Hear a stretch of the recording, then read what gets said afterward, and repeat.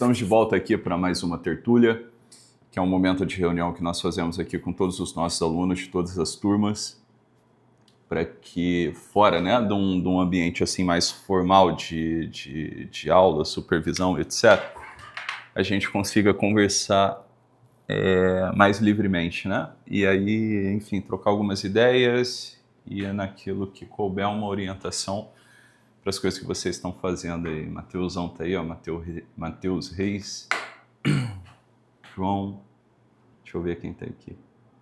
Beleza, tem uma galera aí. Maravilha, pessoal. Maravilha. Gostaria de introduzir algum tema?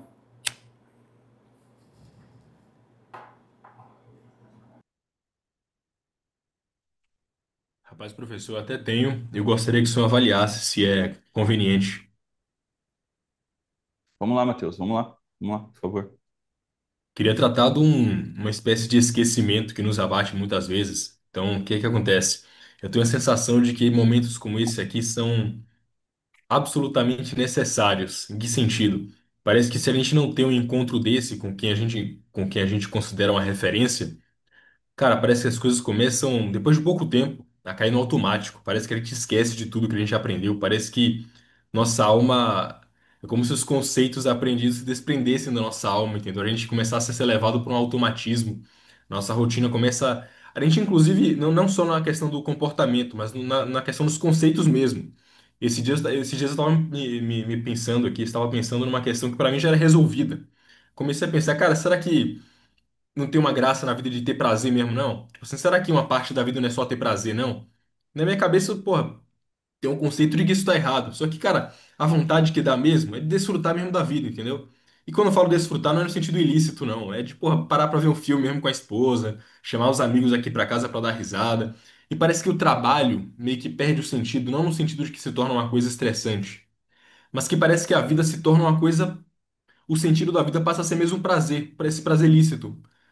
Para trazer analogia aqui, é meio como se fosse a vida dos hobbits ali, né, no Senhor dos Anéis ali. Parece que a vida é aquilo ali, pô, é o condado, é viver naquela paradinha ali. Aquele é o sentido, entendeu? Aquela coisa gostosa da vida. Queria muito, esse é um mistério pra mim, cara. Por que que isso acontece, essa parada do esquecimento? Realmente é necessário o tempo inteiro a gente estar num lugar desse aqui, com uma referência nossa, como é o senhor, como é o Olavo. Porque parece que se a gente fica uma semaninha, 2 semaninhas, sem ter contato com vocês, cara, parece que tudo desanda. Uhum. Tá, beleza. Vamos entender. É uma pergunta que tem um certo grau de complexidade. Beleza? Vamos lá, vamos aproveitar bem esse nosso tempo aqui, que 1h30 eu tenho uma reunião. Vamos lá, então dá para falar. Olha só.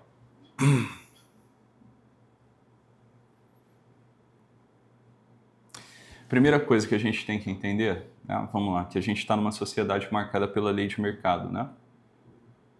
Então, por mais que a gente esteja num ambiente, digamos assim, um ambiente intelectual mesmo, tá certo? A gente está dentro de uma lógica de mercado. A sociedade vive assim, porra. Tá certo? Essa coisa da produção, etc. e tudo mais. Você tem que produzir, você tem que fazer acontecer. Que não está errado, né? Eu acho que é isso mesmo. Mas, por outro lado, existe uma outra chave de compreensão e uma espécie de força, tá? Que nos leva também ao esquecimento de tudo, Diego, da vocação. Beleza? O que a gente está fazendo aqui? Para quê mesmo? Qual o sentido disso tudo? E parece que a vida ela não tem um sentido maior, digo, um sentido sobrenatural, no sentido de missão mesmo, tá entendendo? Claro, algumas pessoas elas não têm, elas não vão despertar, talvez, né? Eu acredito que para a grande maioria das pessoas isso não apareça de modo tão claro. É o que é para elas fazerem mesmo na vida, assim, no mundo. Tá entendendo? Não é todo mundo que recebe uma vocação ampla. Por exemplo, Não é todo mundo que recebe uma vocação de governo, de liderança, né? Sei lá, de se meter na política mesmo, partidária, de cuidar de alguma coisa maior, né? Essa é a realidade, né? Não é todo mundo que tem essa autocobrança, assim, esse chamamento interior, uma inquietação, digamos, interior. Tá certo? Algumas pessoas têm uma vocação, digamos, mais modesta, que é a vocação, que Deus não é comunista, beleza? Tem que entender isso. Deus não é comunista, Deus não é um igualitarista. Deus não pensa de modo igualitário. Esse não é o critério da realidade. A realidade é hierárquica. Então, óbvio, né? Algumas pessoas receberam missões mais amplas, né? Algumas pessoas receberam mais mesmo. Por exemplo, você pegar um herdeiro, né? Pega uma pessoa que nasceu herdeira, tá? Naquilo que se refere aos bens materiais, ela recebeu mais, porra. Ela tem sim um privilégio. Então existem pessoas que receberam mais do que outras. Tá certo? Digo, e também na ordem do amor.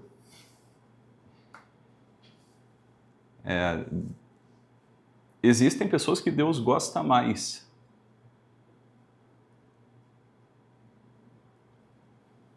Você está entendendo?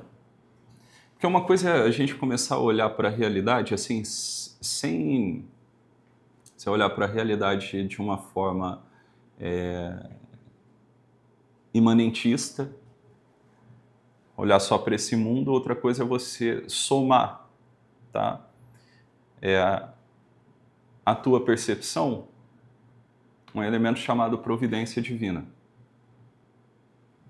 Então, por exemplo, por que Deus chamou Pedro e não chamou o Jorjão da esquina? Entendeu? Nesse sentido, para ser um dos 12.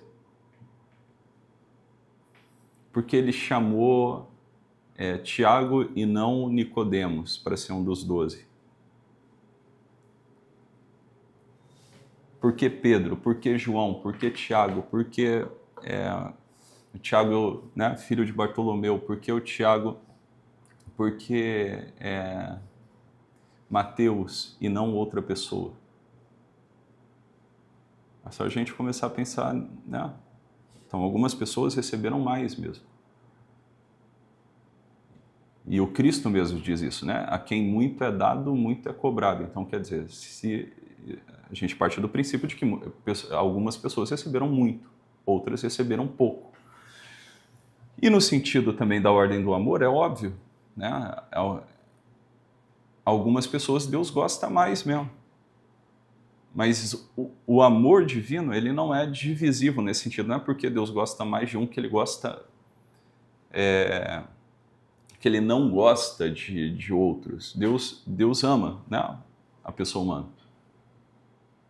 Mas para cada indivíduo, tá, existe um amor exclusivo, existe uma relação exclusiva de Deus para com aquele indivíduo. Só que, nesse sentido, há pessoas que Deus confiou coisas maiores, deu coisas a mais, sei lá. Tá entendendo?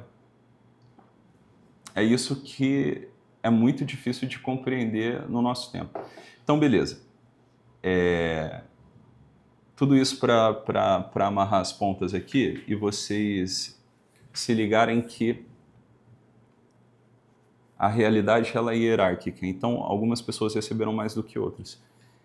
É óbvio que o amadurecimento, no sentido superior mesmo dessa palavra amadurecimento, que é um amadurecimento espiritual, depende de que a nossa atenção esteja voltada para a ordem do amor, para a ordem da caridade. Entendeu? Então, é claro, existe uma tensão presente na natureza humana, que é o seguinte, que é essa consequência do pecado original, que nos chama o tempo inteiro para coisas banais, digo assim, O maior pecado, né? O maior pecado é o pecado do esquecimento, né? Eu sei que nesse sentido mesmo teórico, o maior pecado é o pecado de soberba. Mas você vai ver que os outros pecados, eles são cometidos no momento que você está esquecido, porra, esquecido da verdade, esquecido, você está desatento. Está desatento do que é a vida, está desatento do que é a sua missão, está desatento do que Deus está falando com você. Beleza? Está desatento do real. E aí o que acontece? Você acaba perdendo o rumo das coisas, né? Então veja, existe um esforço e a própria vida espiritual, a evolução, né, digamos assim, na vida espiritual, o crescimento espiritual interior, depende desse esforço da atenção. Beleza? Depende do esforço da atenção. Que você parar para pensar o que é a liturgia, né? Ao que a igreja nos obriga. Então a igreja, ela te dá uma obrigação lá, que é, por exemplo, ir à missa aos domingos. Tá certo? Por que ir à missa aos domingos? O que você vai fazer na missa aos domingos? Claro, você vai ali assistir, né, o sacrifício de Deus mesmo, né, o sacrifício de Nosso Senhor. Mas aquilo ali é um tipo de lembrança. Então, uma vez por semana, a igreja te obriga a lembrar, a sentar com os teus irmãos em torno de uma mesa, de um altar, e lembrar de algo. E não apenas lembrar, mas assistir esse algo que se atualiza sobre o altar. Então, o sacrifício é tornado presente ali na espécie do pão e do vinho, né, com a presença e a figura do sacerdote também. Então, veja, você vai ali viver algo, e esse algo te lembra alguma coisa, porra.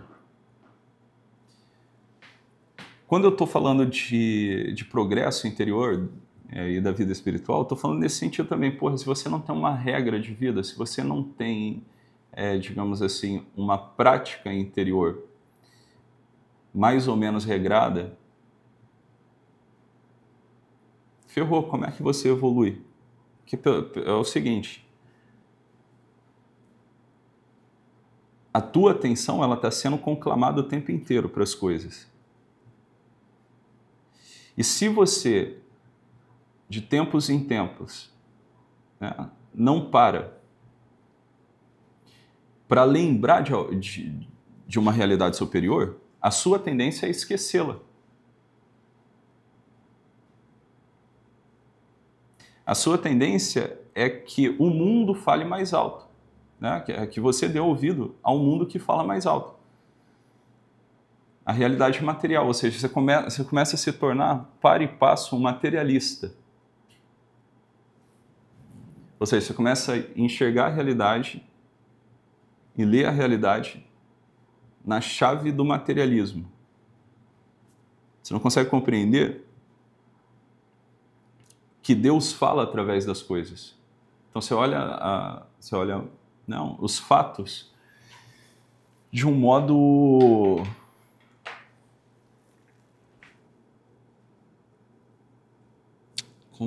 estéreo, né? A tua percepção ela se torna uma coisa meio estéreo.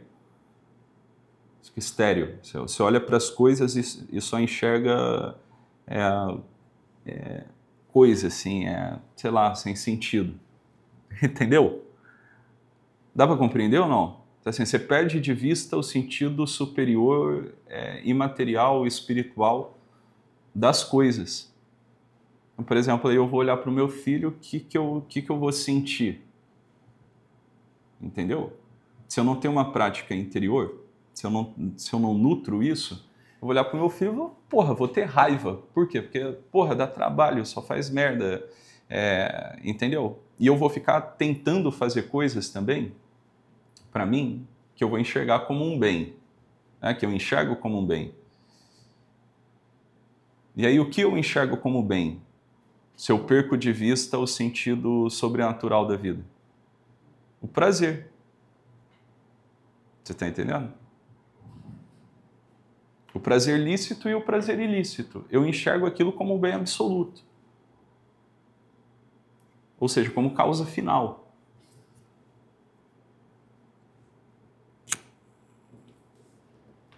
Aí é o problema. Por quê?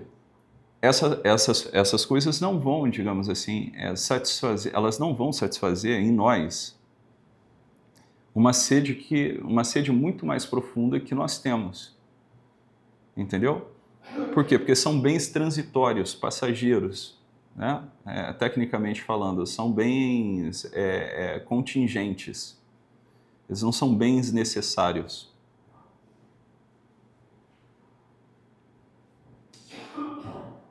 Então, veja, você estar atento é fundamental. Se você não quer se tornar um babaca, um tralha, né, mais um peso morto nessa terra. E como é que faz para estar atento? Através das práticas de vida interior, de vida espiritual. Então, ter um dia mais ou menos regrado, ter uma vida mais ou menos ordenada. Você está entendendo? Então, assim, que hora tu acorda? O que tu faz quando tu acorda? O que passa na tua cabeça quando você acorda? Você já acorda pensando em trabalho, em X reais que você tem que depositar para não sei quem. Se você já acorda pensando na prática, assim, fazer, porra, aí você já está fora da realidade. Entendeu?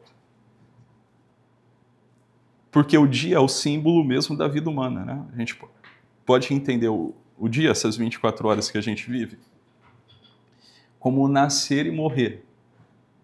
Então, por exemplo, você acordou, você está nascendo. Beleza? O que é importante nessa hora? É perceber esse movimento. Caramba, eu acordei. Existe um mundo lá fora. As coisas estão funcionando. Então, peraí, eu vou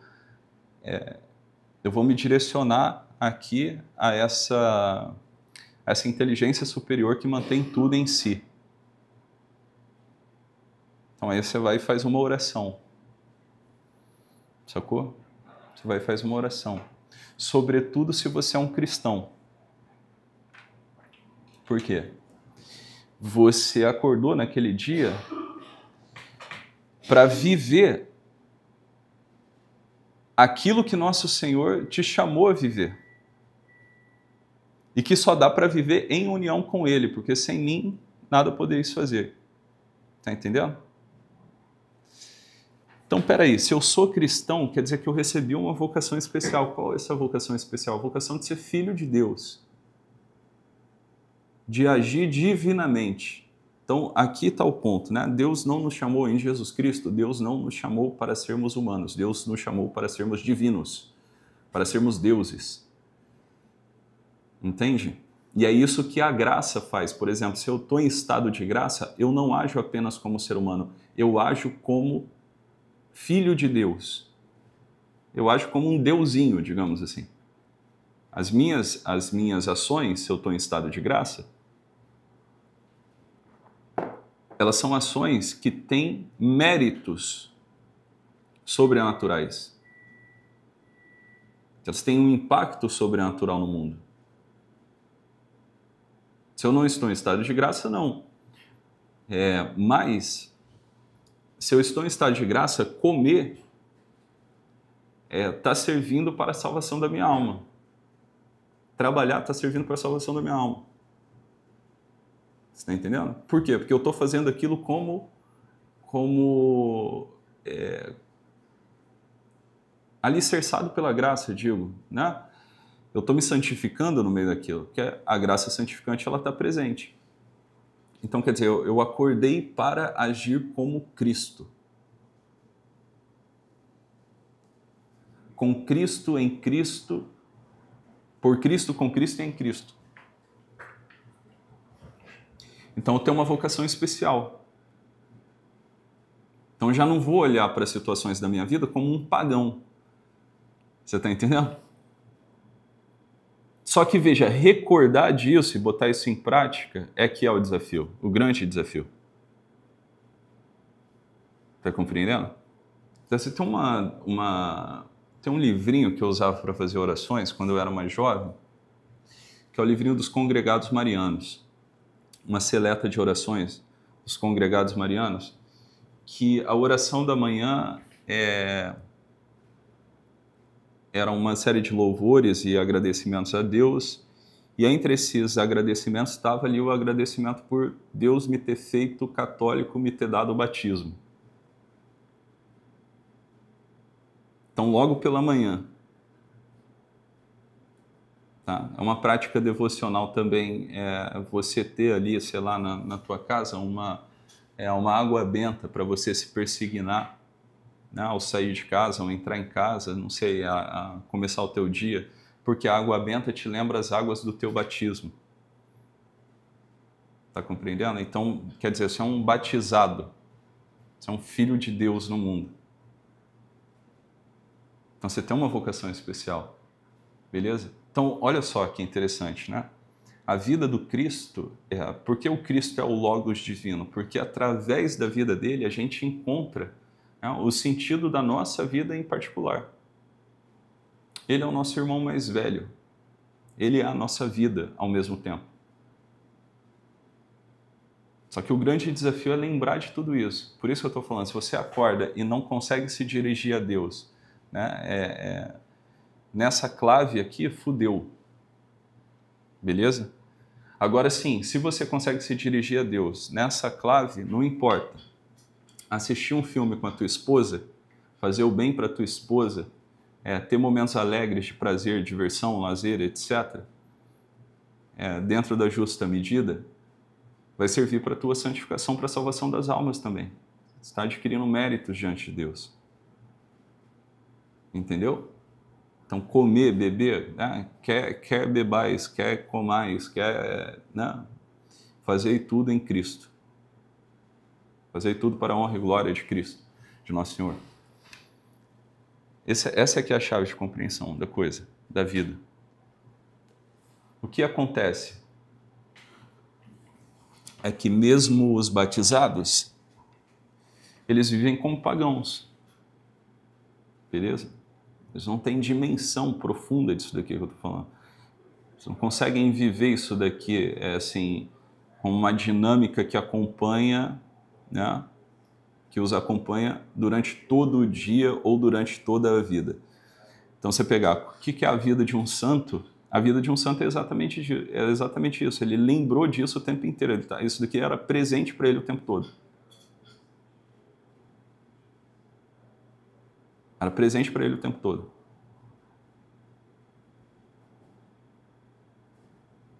Então, o que é presente para um santo? É que ele já está na eternidade, digo. Ele já está agindo eternamente. Então, em cada pequena ação, né, ele faz aquilo por amor a Deus. Por amor ao bem supremo. Por amor ao ser supremo. Por amor a nosso Senhor Jesus Cristo. Essa é que é a parada. Então não importa muito o que ele vai fazer. Né? Tem uma historinha de São Domingos Sávio, que era uma criancinha. Conta-se uma história de São Domingos que ele estava jogando bola com os amiguinhos, e aí eles pararam de jogar bola e começaram a discutir assim, né? Porra, se o mundo acabasse agora e Jesus Cristo voltasse, né, na parousia, se Nosso Senhor voltasse agora, o que você faria? Aí um respondeu, eu iria lá me confessar. E o outro, eu iria para minha casa, ficar com os meus pais. Ah, eu iria fazer o dever de casa, que eu não fiz. Eu iria pedir perdão para uma pessoa. Aí chegou na vez de Domingo, tá? Domingo Sábio. E você, Domingo? E conta-se que ele ficou assim pensativo, né? Olhando os coleguinhas, na hora que chegou na vez dele, perguntaram para ele, falou assim, e você, Domingo? Ele falou assim, eu continuaria jogando bola. Você está entendendo? eu continuaria jogando bola.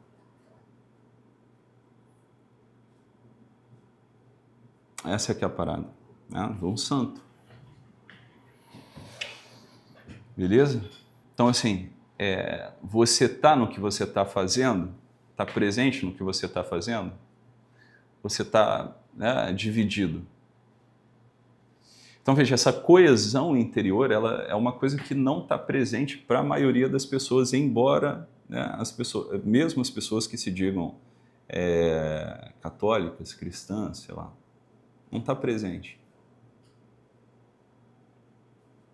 Você está fazendo por quê? Não é normal uma pessoa fazer as coisas sem saber o que ela está fazendo, né? Digo assim, ela não consegue localizar aquela pequena ação dentro de um plano mais totalizante da vida dela. Que nem é um plano totalizante da vida dela, mas da vida do Cristo. Ela tá se relacionando com Cristo no trabalho,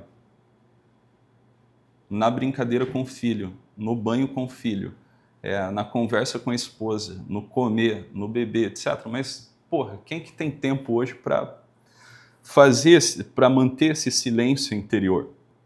Entendeu? Isso daqui não é uma coisa externalizável, assim. É uma coisa do coração. Entendeu? É uma coisa do coração. Tá lá dentro. A presença de Cristo. Entendeu? Então, claro, quando você não tem isso, você vive de modo meio esquizofrênico. Entendeu? Mesmo uma pessoa que não é cristã, que não é batizada, enfim, não é católica, né? Porque o normal é que você perceba que o mundo, a realidade, os fatos, eles conversam com você. Para um pagão, a vida é esquisita. Por que a vida é esquisita, sob certo aspecto? Porque ele fica procurando.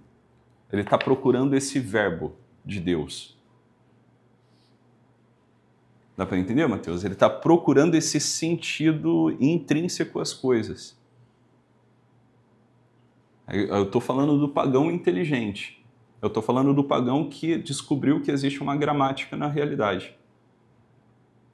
Então ele está procurando o sentido das coisas, né? Ele faz as coisas com um certo senso de presença mesmo. Porra, é óbvio que existe uma inteligência superior, é óbvio, né, que essa inteligência superior se manifesta nos fatos. Beleza? Que esse ser superior se manifesta nos fatos. Agora, qual que é a diferença entre um pagão inteligente, digamos assim, né? É meio paradoxal um pagão inteligente. Mas, qual que é a diferença entre o pagão e o cristão? É que o cristão tem a referência. Entende? Ele tem a referência, ele tem a graça. Ele sabe onde está o verbo de Deus. Ele medita a vida do verbo divino, né? Do Cristo, do Logos divino, do verbo encarnado. Então, por meditar a vida de Cristo, por estar com os olhos fixos em Cristo, né, do modo correto, não de um modo imbecil, sentimentalista, o Cristo se torna a vida dele, a vida da alma.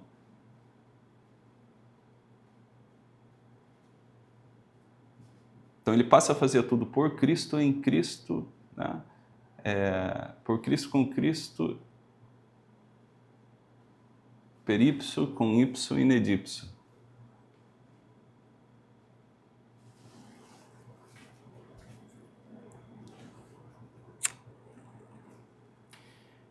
E aí tudo passa a ter sentido, porque não importa, né? A doença, se você está doente ou saudável, se você está bem ou mal, se você está triste ou alegre, se você está sentindo prazer ou está sentindo incômodo.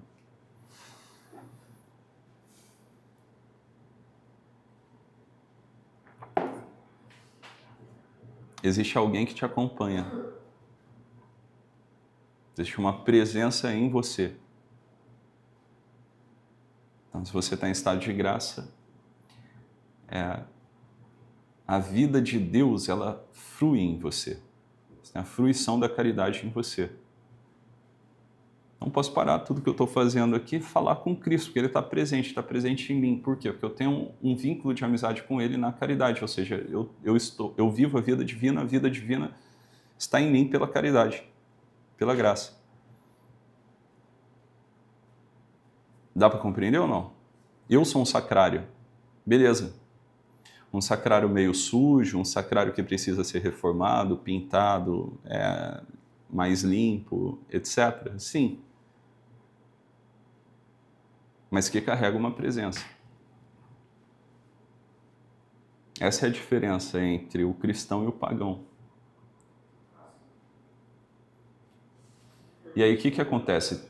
Existe o cristão que não está em estado de graça. E existe o cristão que está em estado de graça, mas se relaciona com Deus que está fora. Então não se vê enquanto sacrário. Tá entendendo? Está sempre dividido. Então, assim, pensa assim, cara, eu tenho uma inteligência que funciona, eu consigo perceber as coisas. Eu só consigo perceber as coisas porque essa minha inteligência, ela subsiste no ser. E mais do que isso, né? Eu tenho a vida de Deus em mim pela graça santificante. Então onde está a Santíssima Trindade? Está em mim, porra. Está em mim. Alguns santos místicos chegam a dizer que se nós pudéssemos ver uma alma em estado de graça, nós confundiríamos ela com o próprio Deus. Tal a beleza de uma alma em estado de graça.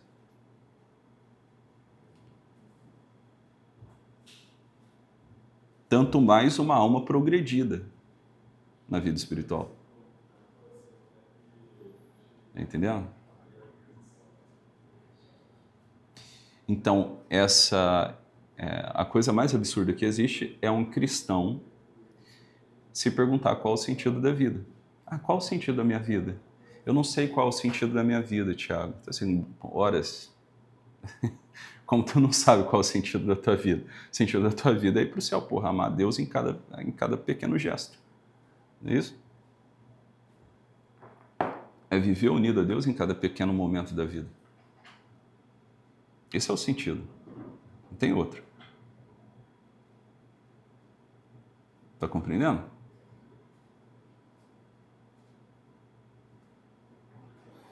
Então, assim,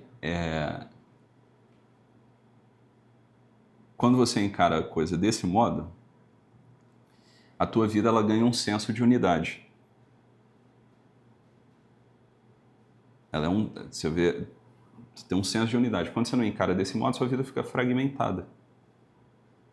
Porque a sua atenção, ela está fragmentada, ela está voltada para as coisas materiais, pura e simplesmente. Você acaba nutrindo um amor desmedido pelas coisas, pelo dinheiro, pelo filho, pela esposa, pelo marido, pela mãe, pelo pai, por um amigo, por um bem material, entendeu? Sendo que essa atenção e esse amor de apego, de presença real, só pode existir dentro de nós no nosso relacionamento para com Deus. Ou seja, se Deus não está no centro da tua atenção, da sua atenção, da sua intenção, e consequentemente dos seus gestos, alguma coisa vai ocupar o lugar dele. Ou seja, você vai transformar alguma porra em Deus. Só que ser escravo de Deus é bom, né? Ser escravo de outra porra qualquer aí é uma merda. É uma escravidão ruim. Ser escravo do amor é a melhor escolha que a gente pode... A melhor decisão que a gente pode tomar.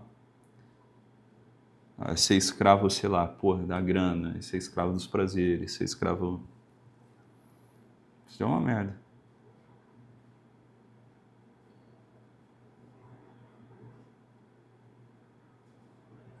A escravidão do amor é a única coisa que te torna livre, verdadeiramente falando.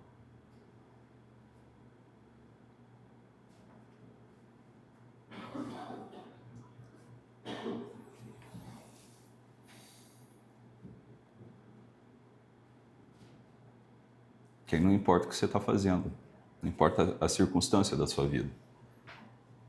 Por isso que você vê, por exemplo, São Maximiliano Kolbe, né, no campo de concentração nazista. Ele estava preso, mas estava livre. Ele era o homem mais livre daquele lugar. Aliás, tinha gente que estava fora do campo de concentração e preso, escravo. São Maximiliano estava dentro do campo de concentração, livre.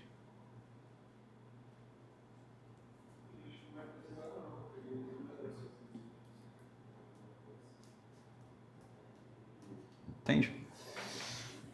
Por que a gente reza o Pai Nosso? Por que a gente reza Pai Nosso e não meu Pai? Meu Pai que estais no céu, santificado seja o teu nome. Por que Pai Nosso? Que é você e o Cristo rezando.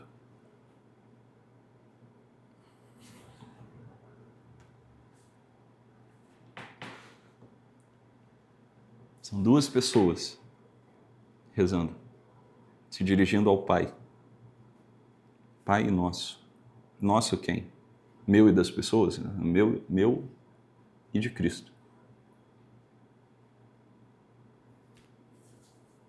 Todas as vezes que a gente reza o Pai Nosso, tem que lembrar disso. É Cristo junto a mim, rezando, se dirigindo ao Pai.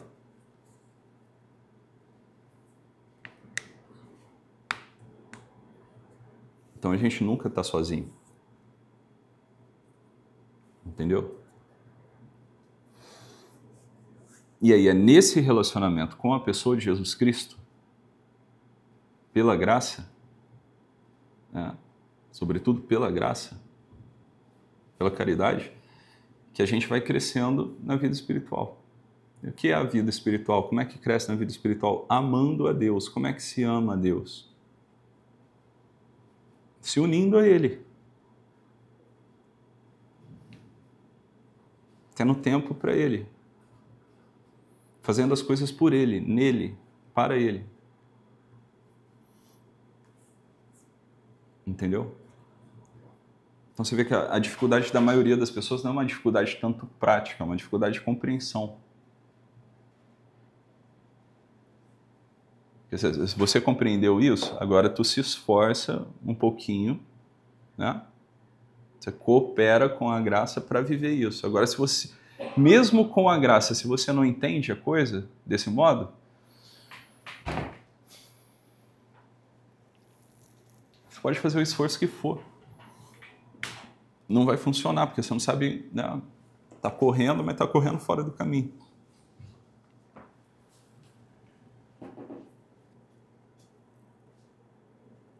Entendeu ou não?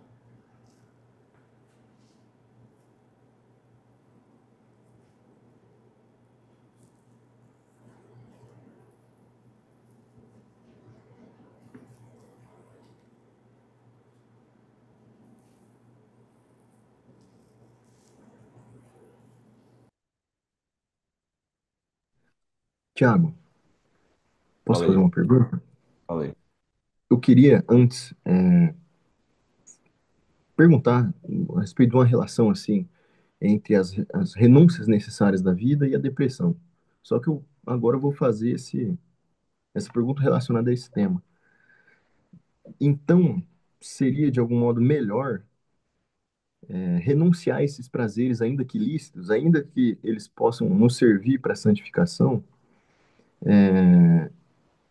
para justamente manter essa memória viva e se afastar do sofrimento? Quer dizer, essas renúncias seriam melhores, assim, de algum modo? Cara, assim, olha só, qual que é o princípio do autoconhecimento, né? O princípio do autoconhecimento é um nega-te a ti mesmo.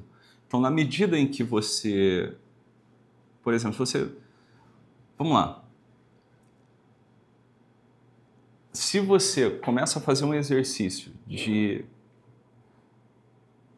se negar as coisas, né? De viver com o mínimo, de só ir atrás do mínimo, de viver com o mínimo, você já vai experimentar uma grande liberdade em relação às coisas.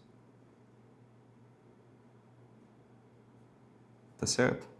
Ou seja, você vai ver que tinha um monte de mentira na tua cabeça.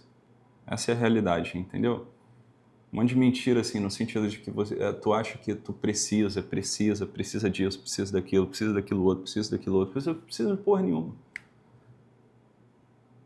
Entende? Existe uma coisa, galera, que é foda, é foda de compreender isso hoje, mas a vida, ela não é necessária, porra. Nada que a gente faz, assim, digamos assim, é necessário.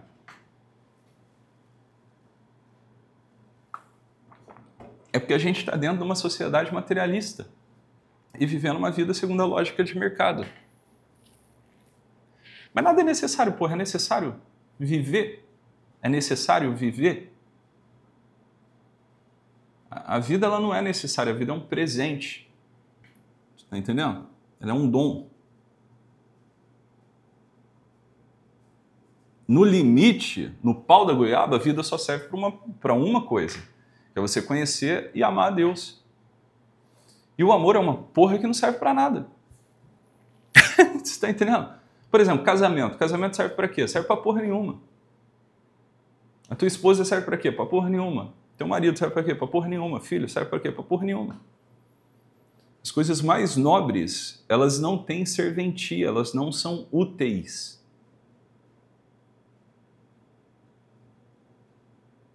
Tá compreendendo?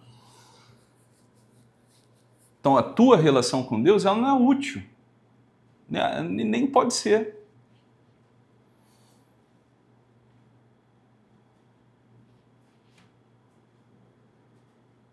E nem pode ser, pô.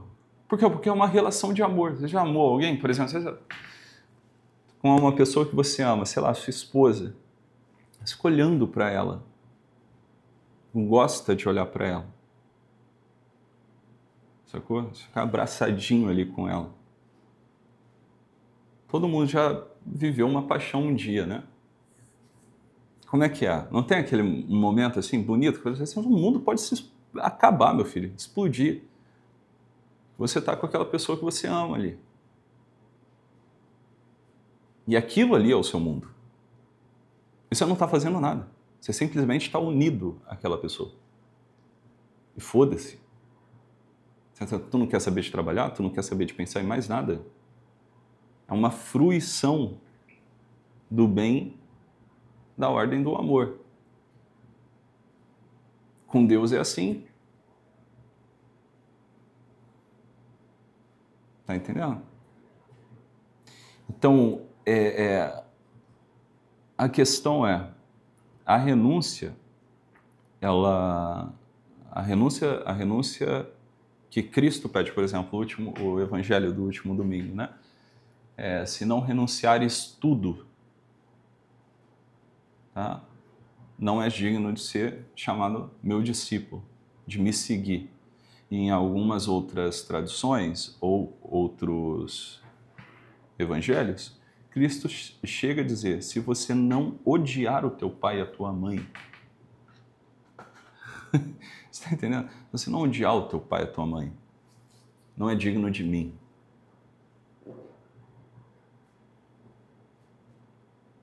Entenda, se você não entende, se você não compreende que tudo quanto existe é um modo de Deus chamar a sua atenção para você lembrar dele, você está perdido, você está vivendo uma vida, você é menino ainda, entendeu?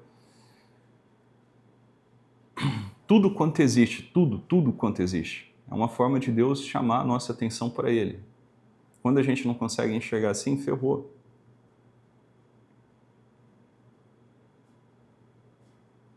Tudo é tudo.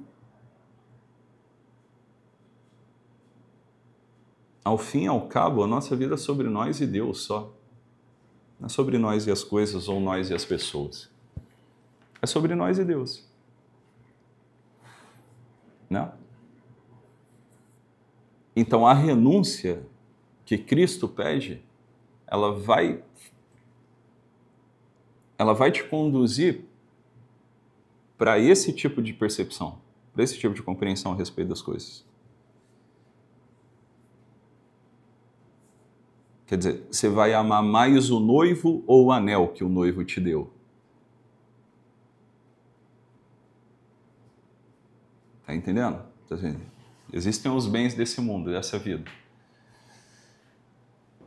Quem me deu os bens dessa vida? Eu vou amar mais os bens dessa vida ou o autor desses bens? Veja, os bens dessa vida são uma coisa maravilhosa, extraordinária. Agora você imagina quem inventou essa porra.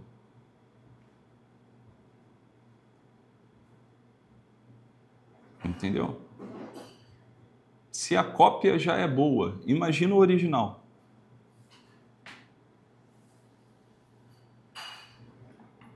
Então chega a ser um ato de loucura você não querer se relacionar com o autor da tua própria vida, da tua própria alma, da tua própria capacidade de entender as coisas, porra.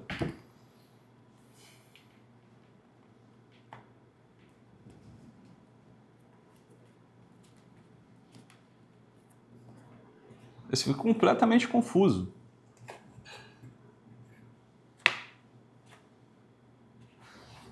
E a grande dificuldade disso é que existe uma estrutura de pecado.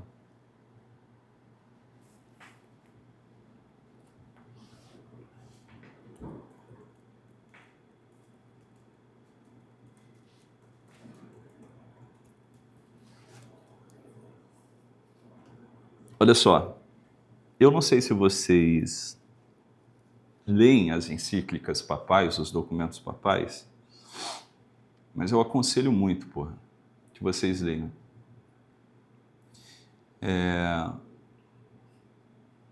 O Papa Leão XIV, né? Olha só, o Papa Leão XIV, aí o Jefferson perguntou, o que nos impede, então? Nos impede aquilo que o Papa Leão XIV, o Papa Leão XIII, na Rerum Novarum, chamou de estrutura de pecado. Entendeu? Aquilo que o Papa Leão XIII chamou de estrutura de pecado. O que é estrutura de pecado? Existe o organismo social, tá? E a partir de algumas mudanças históricas, você tem a igreja no meio do organismo social que não tem mais, digamos assim, força estruturante na realidade, né? No organismo social. Então, tu vai para a igreja e aí tu ouve um monte de coisa lá, tá? Só que na hora que você sai da igreja, do portão para fora, você vai ver que o mundo é outro. Que existe uma estrutura de pecado que te puxa para baixo. Não estou falando apenas no sentido assim. Existe uma ideia, uma narrativa que é disseminada, tá certo?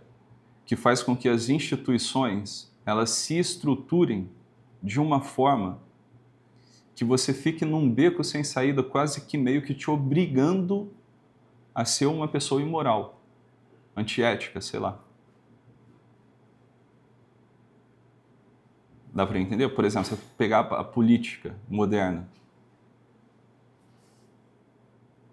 como é que você... Porra, tu tem que ter uma graça mesmo especial para conseguir estar na vida política e, por assim dizer, fazer o bem, sem usar de meios ilícitos, imorais.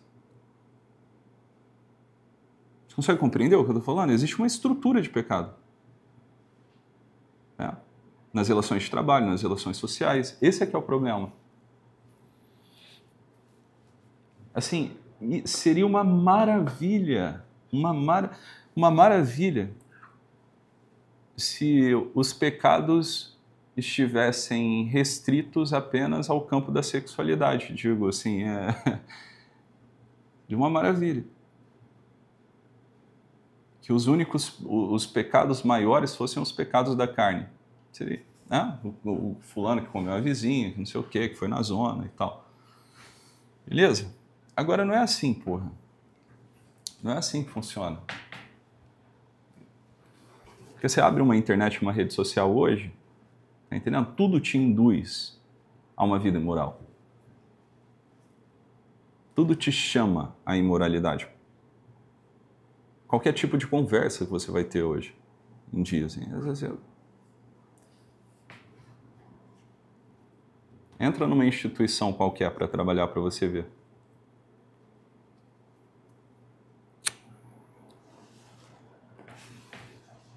Por exemplo, eu não sei se vocês têm noção disso,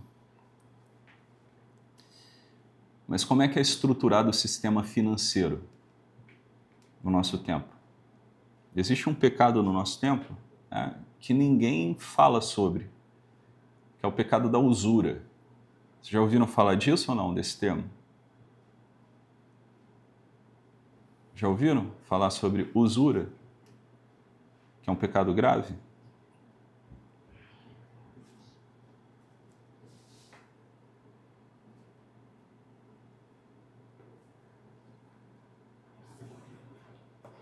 A sociedade atual, o sistema econômico atual, ele sobrevive da usura, pô.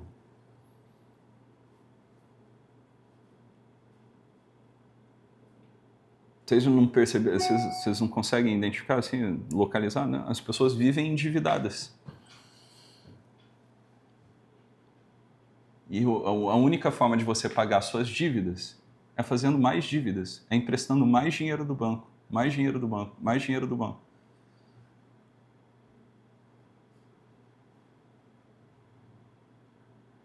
Você pega uma pessoa hoje que vai começar uma família, como é que ela começa uma família? Como é que ela casa? Se endividando. Entendeu? Como é que ela paga essa dívida? Assim, o sistema econômico vigente é o sistema de moeda fiduciária, né? O que é a moeda fiduciária? É a moeda que o governo cria. Então, por exemplo, quando existiu o Plano Ouro, todo o dinheiro circulante ele estava lastreado no ouro. Beleza? Padrão ouro, exatamente. Estava lastreado no ouro. Então, quer dizer, existe uma reserva de ouro, tá? Ouro e prata, né? Existe uma reserva de ouro e de prata, e o dinheiro circulante tem a ver com um bem, ou seja, com um referente concreto, o ouro. No século passado, tá? O padrão ouro sai, né, da jogada, e aí você tem a criação da moeda fiduciária. O que é a moeda fiduciária? É quando o governo imprime dinheiro sem estar lastreado em algum bem concreto. Ou seja, é um dinheiro que não existe de fato. É um dinheiro que é inventado.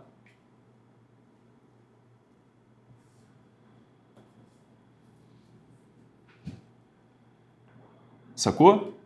Dá para entender o que eu estou falando ou não? Então mandei imprimir dinheiro. Só que esse dinheiro que eu mandei imprimir, ele está lastreado no quê? Ele não está lastreado em nada. Aí eu mandei imprimir dinheiro, você pegou esse dinheiro emprestado de mim. Só que como ele não está lastreado em nada, tá? Eu te empresto esse dinheiro e te cobro uns juros em cima dele. Então você pegou, sei lá, R$1.000 e vai ter que me pagar R$1.500. Tá claro? De onde você vai tirar os R$500 se eu só te emprestei 1.000?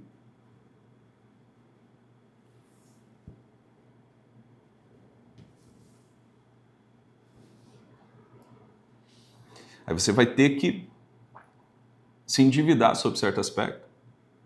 A saída mais rápida é você abrir outra dívida. Então você tem a principal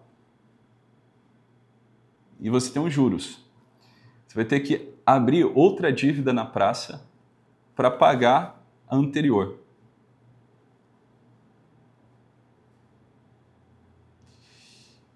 E aí vai um ciclo de endividamento. E aí vai chegar uma hora que o governo vai ter que imprimir mais dinheiro. Está compreendendo? E o que acontece quando o governo imprime mais dinheiro? O que acontece com o preço das coisas quando você tem mais dinheiro circulando?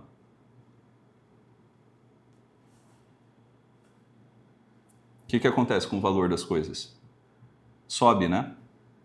Mais dinheiro circulando, o preço do café sobe.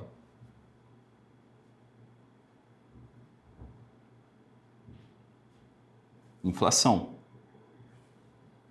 Beleza? Você inflaciona a economia. Como é que o governo ele soluciona o problema da inflação?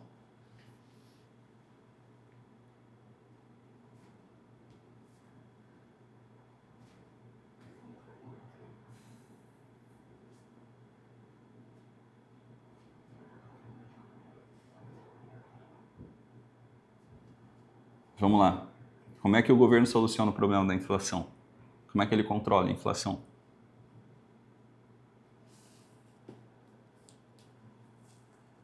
Tirando o dinheiro de circulação. Como é que ele tira o dinheiro de circulação?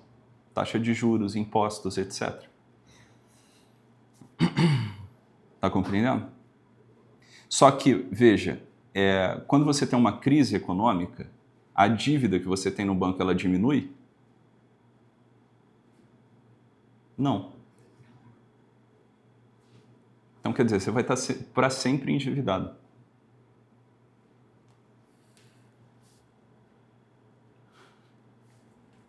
Se você vai estar para sempre endividado, nesse sentido, qual é a lógica da tua vida?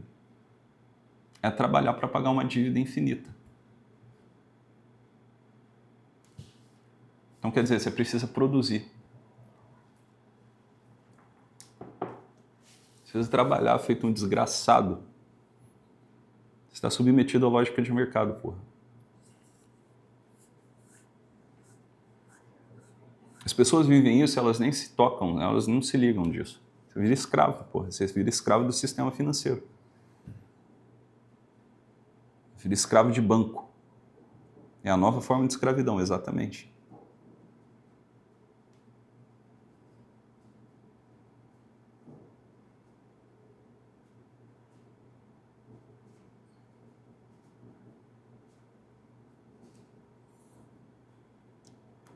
Aí que eu pergunto para vocês, qual a capacidade de uma pessoa, né, eu digo assim, um indivíduo, sozinho conseguir se blindar dessa porra mentalmente falando? Zero. Ele vai virar um escravo do sistema financeiro mundial.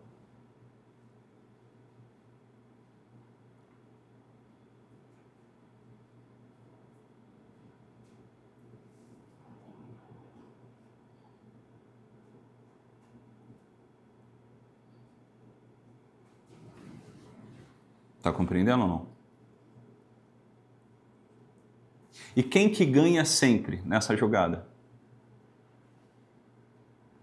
Quem que ganha sempre? Sempre, sempre, sempre, sempre, sempre. Banco. Você tá entendendo?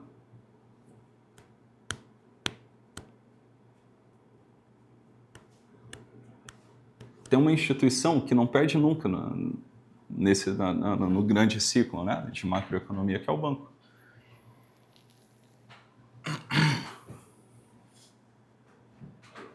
Tá entendendo? Se tu não é banqueiro, tu tá errado na história. Você tá entendendo? Você quer virar terapeuta, quer não sei o quê, quer virar empresário. Porra, não, tu tem que virar banqueiro. É a única forma de você estar dentro do jogo da economia sem perder.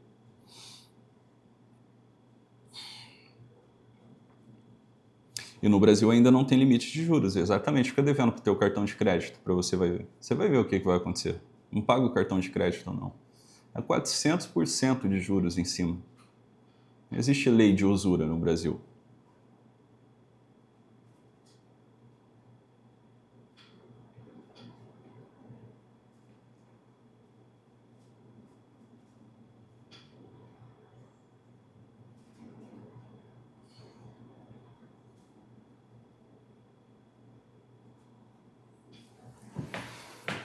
Agora, isso tem um impacto psicológico, digo, na psique individual e coletiva, porra. Assim, eu pergunto para vocês, quem é o líder, um líder de instituição hoje, né? Sei lá. Assim, em todos, vamos pensar aqui, né? Beleza, se você tem um líder de Estado, pode ser que um líder de Estado tenha mais ou menos compreensão disso daqui que eu estou falando. Né? Um grande empresário, talvez. Você pegar os pais de família, mães de família, não entendem isso. Os líderes religiosos também não entendem essa porra.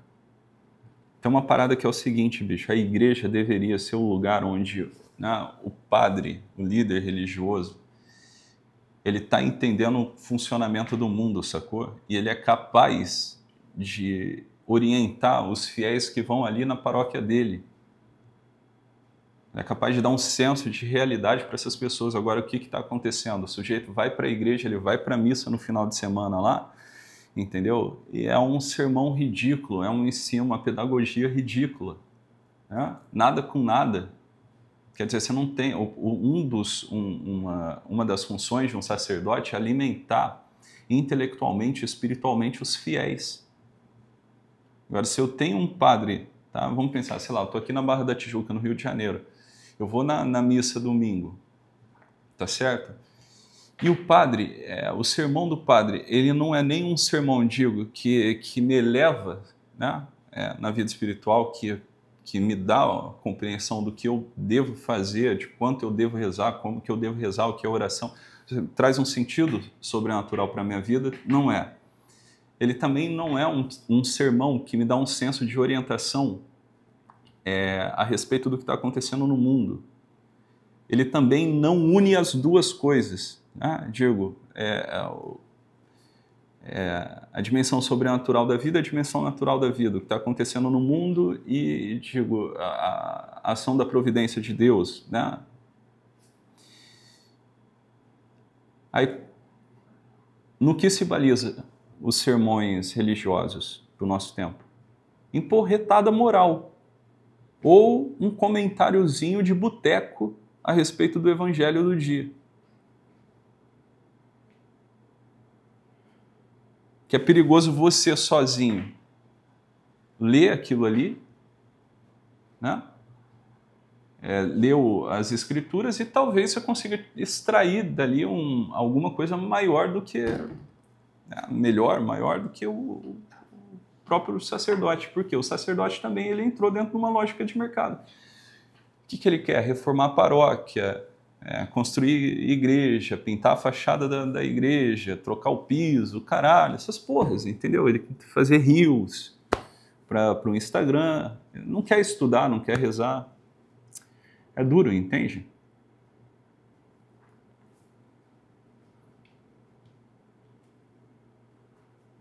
Então aí sim, hoje, mais do que nunca, você tem que ir para a igreja mesmo, porque Jesus está ali. Você vai com o mundo e sai correndo mesmo. Não tem muito que tu ficar em porta de paróquia não, cara. A não ser que você tenha ali um padre, né, de verdade, que está vivendo a vida de padre dele, plantado na realidade. Aí é diferente, né? Que aí você vai lá e você sai mais inteligente, sai mais orientado, né? Você está compreendendo? É foda. Aí, veja, o que chega no nosso consultório é o reduto, né?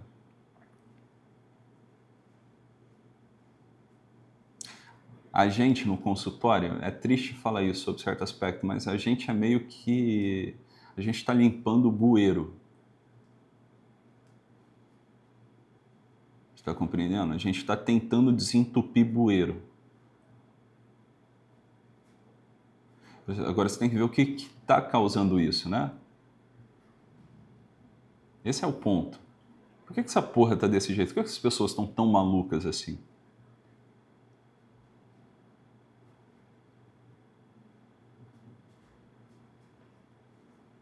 Então, uma coisa é você olhar pro ente individual, que pro indivíduo, né? Para a pessoa que entra no teu consultório. Beleza.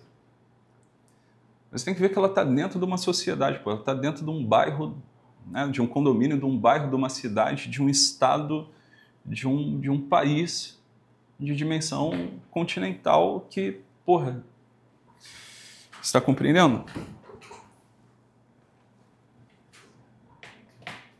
Então, eu gostaria que vocês também começassem a ter um olhar mais macro para as coisas, assim. Só que não é só, assim, veja, a gente percebe que os sintomas se repetem, as dores se repetem, né, na vida dos pacientes. E das pessoas que não são pacientes também. Agora, de onde vem essa porra? Qual que é o tipo de narrativa? Que tipo de estrutura está presente, né? Aliás, essas pessoas estão presentes em que tipo de estrutura de sociedade?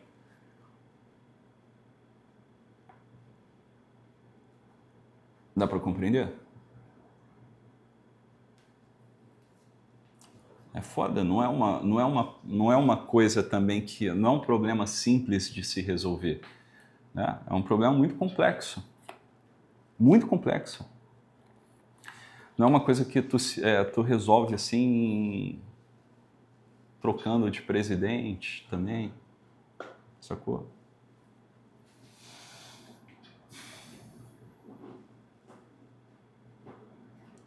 A gente precisa ir resolvendo, digamos assim, os problemas locais. Então, sob certo aspecto, né, eu gostaria que vocês começassem a nutrir tivesse uma consciência mais ampla do estado de coisas, para vocês, aos poucos, para e passo, né, se tornarem também líderes comunitários. Então, uma espécie de terapia de grupo, terapia coletiva, né, através de palestras, cursos, entendeu? Promoção de palestra na paróquia, na igreja, círculo de estudo com pai, com mãe, com amigos, tá entendendo? Tem que ir montando esses redutos, não para fazer clubismo, panelinha e nem nada, né? Mas para estudar, porra. Cada um no seu respectivo ambiente. Junta cinco amigos, entendeu? Faz um clube de leitura. Sei lá, vai ler literatura, vai estudar economia, vai estudar política, estudar, entendeu? Fica estudando, falando essas coisas, filosofia, não sei. Né? Doutrina da igreja. Um grupo de mães, né? Um grupo de amigas, um grupo de empresários. Sacou? Vai palestra na escola, teu filho está na escola. Né? Propõe, porra, chega com algo propositivo para a diretora da escola. Né? Porra, vamos fazer uma reunião para pais? Olha, eu sou uma estudiosa aqui de saúde mental e tal. Vamos começar a fazer um círculo de estudos. Tá entendendo? Você é dono de colégio, tá? De repente tem acesso, né, conhece pessoas, né, que estão estudando, que tem noção do estado de coisa, né? Chama essas pessoas para dar palestras, né, sei lá, cobra, sei lá, R$ 50 de cada um, traz um professor, né, um bom professor ali para dar uma palestra. Tá entendendo? Essa coisa da atividade da inteligência. Você está atento ao que está acontecendo no mundo, está atento ao que está acontecendo dentro da tua casa, as necessidades do teu filho, do teu marido, da tua esposa, da tua comunidade, do teu bairro, da tua cidade, do teu estado, do país. Entende? Você consegue traduzir isso para as pessoas. Quem quer falar aí? Professor, essa era a minha pergunta no início e trazendo junto com o Matheus falou, que a gente tem que estar perto de ti, sabe? Eu tinha feito já uma palestra para dar na escola, para as adolescentes que estão saindo do terceiro ano ali, não sabem muito bem o que escolher, estão meio perdidos, sabe? Então, eu fiz essa palestra e ofereci na escola e eles aceitaram, né? Então, também é É uma É assim, iniciativa, novo só pra que mim, mas é é uma um forma. caminho, uma forma, entendeu? Mas assim, tentem montar, estudar, porra, estudar, né? Estudar. Por isso que eu quero continuar aqui com vocês. É o seguinte, vocês não darem apenas assim palestras soltas, sacou? Mas pega um grupo de pessoas, entendeu? Não precisa ser, porra, muita gente não, cara. É 5 pessoas no máximo, 10, que vão estar ali interessadas naquela coisa. Se reúne semanalmente durante 1 hora, 2 horas, tá entendendo? E vai se organizando, estudando. Um grupo de mães, vamos estudar aqui sobre educação. Vamos ler um livro. Né? Não é estudar para fazer, estudar para entender. Entender o que, Thiago? Entender o estado de coisas presente. Estudar a realidade. Não é estudar teoria, é estudar a realidade. Né? De repente você vai pegar uma teoria, mas a teoria era um meio para você entender o que está acontecendo. Na realidade, não é para ficar hipnotizado com teoria. Ah, mas eu gosto do homeschool, mas eu gosto do sistema escolar, mas não sei o quê, mas o meu é educação personalizada, mas assim, cara, pera lá, né? Vamos estudar aqui o grande campo da educação, sem clubismo, né? Sem clubismo. Vamos entender o que está acontecendo? Monta um grupo lá de amigos, assim, cara, vamos ler todas as encíclicas papais desde o século XVIII até agora para entender o que a igreja está falando do mundo.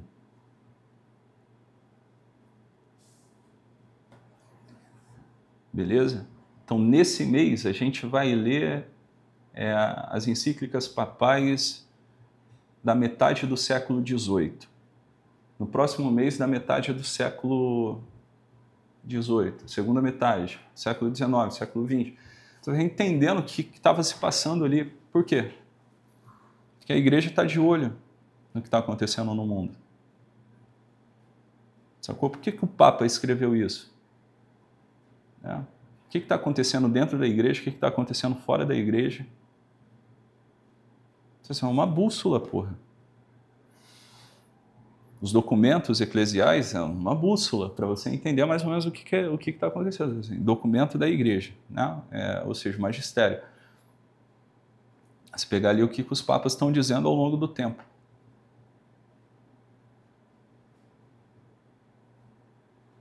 Não, o cardeal Prevost, que agora é o Papa Leão XIV, ele não escolheu esse nome à toa. Por que ele escolheu o nome Leão XIV? Quem que é Leão XIII?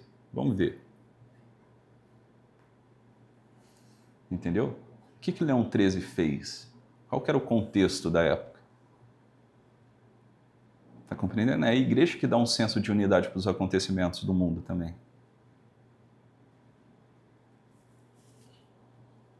E não é estudar feito um idiota, né? Um apaixonadinho e tal, sem clubismo, igual eu estou falando, sem estudar para entender.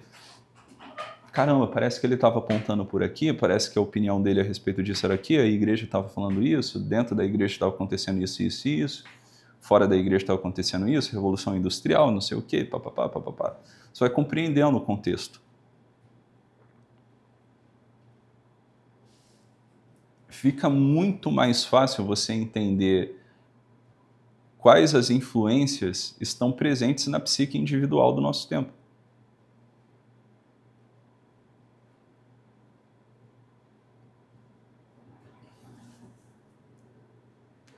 E é uma forma também de você deixar de ser manada, né? Deixar de ser um homem vulgar. Digo, me entendam bem, né? Vulgar no sentido de massa, de ter mentalidade de massa. Você está no meio da massa, mas você está entendendo o que está acontecendo.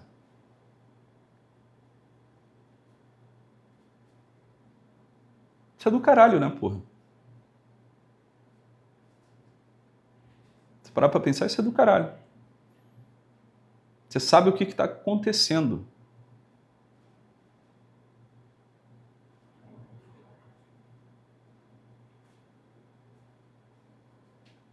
Isso é um tesão.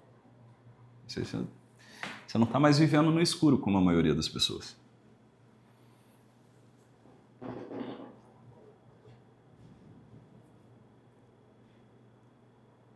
Ficou claro ou não, galera? Beleza.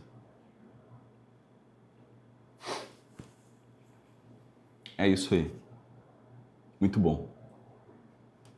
Ó, quem não tá vindo para as tertúlias, cara, tá perdendo, né? É uma horinha que a gente fica aqui, a gente consegue dar uma volta aí no que está acontecendo no mundo e é isso aí, Natália. Muito bom. Essa parte eu tirei do último vídeo. É feio, porra, não pode falar isso, sou fundador de instituto. Preciso me policiar. Beleza, galera? Muito bem.